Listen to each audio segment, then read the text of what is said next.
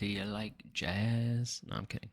Well, so how do you jazzify anything, right? We like to think that jazz is kind of like always a happy, go lucky type of thing, but that's not true. That's far from the truth.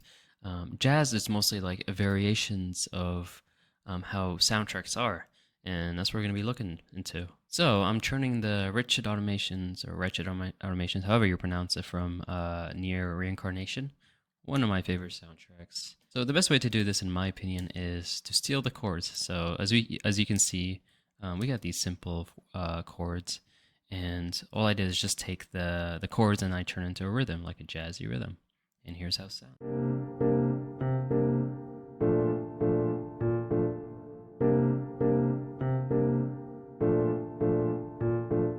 And the instrumentation is very simple. We got piano, we got bass, we got drumline, piano, guitar, and we got the vocals, which makes the soundtrack so beautiful. I'll show you the vocals later, but the next thing is the bass line.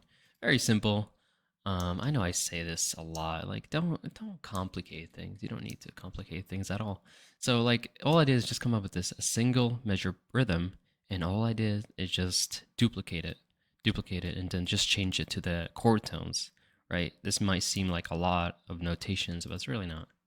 So here's that sounds.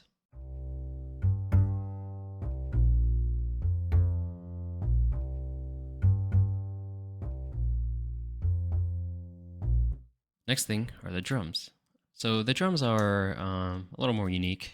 So what I did is I took the bossa nova pattern, which you can look it up on YouTube. It's a very simple pattern, and then I added extra stuff to it, and that's literally it. So the bossa nova pattern is a really nice pattern. It goes with pretty much anything.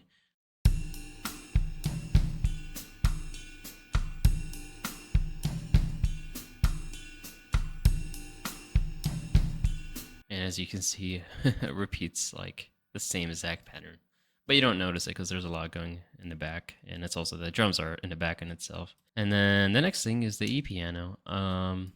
So the thing about jazz is you gotta include solos every now and then. So as you can see, the E piano, which is the that's literally an E piano from Labs, free library, by the way. You can get at any point from Spitfire.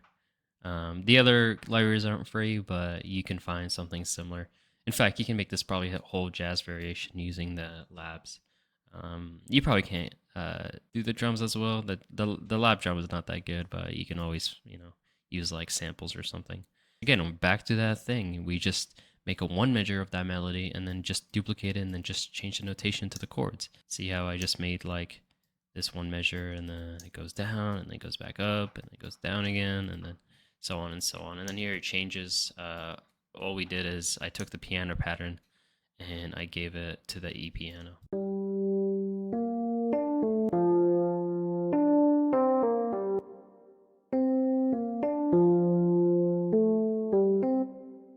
All I did was I put it in between of the piano pattern just to give it that nice, unique, and it sounds like this.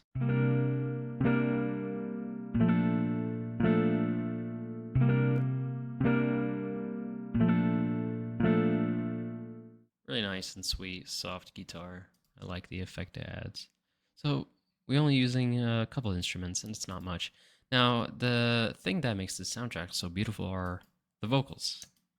The vocals is from this channel. It's a cover, really beautiful cover. In my opinion, it probably didn't need a background because it's how good it is. It's just it gives me goosebumps every time I hear it.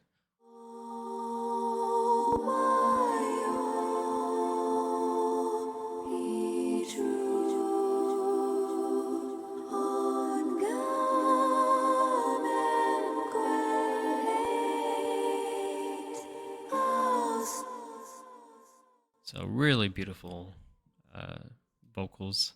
And if you're curious how mixing, the mixing is already good in the actual video. So all I did is just add like a where is it? Is it this one? Yeah, it is. So all I did is add a reverb, 2 and actually just one. Oh yeah, two of them. This is at the end, and then a delay, and then just a little EQ. Nothing complex.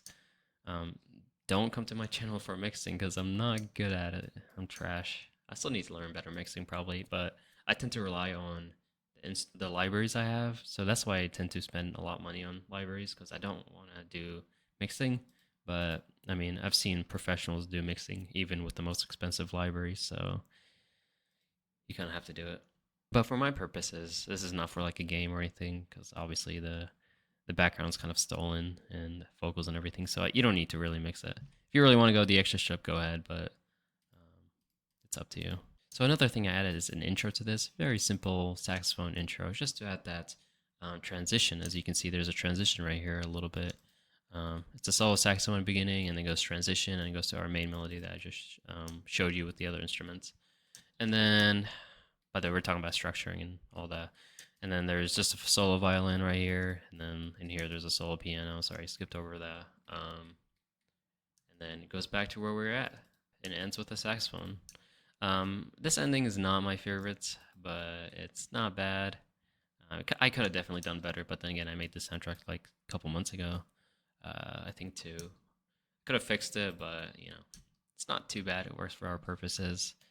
Again, I don't claim to be any good in jazz, to be honest. Just this is how I've been trained to do, because I used to do a lot of traditional piano lessons and stuff, and I learned some jazz tricks and stuff. So I incorporate that. If you're trying to learn about in-depth jazz, this channel is not for you, because I like to make things as simple as possible for people to understand.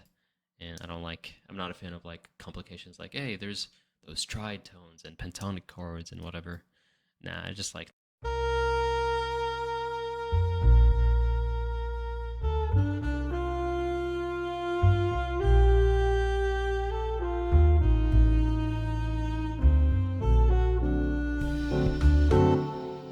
So yeah, there's not much to this at all. So, um, yeah, here's how the full thing sounds.